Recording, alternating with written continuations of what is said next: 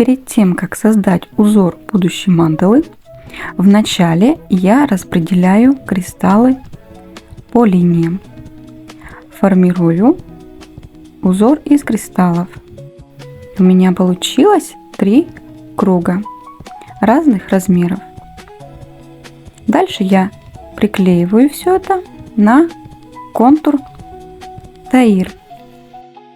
Следующий этап — это я уже обвожу кристаллы золотым контуром Таир. Делаю для кристаллов контур, такую обводку. То есть они становятся в огранке. Это делается для того, чтобы замаскировать остатки контурного геля. Хотя он прозрачный, но все равно так кристаллы выглядят более объемно и роскошно.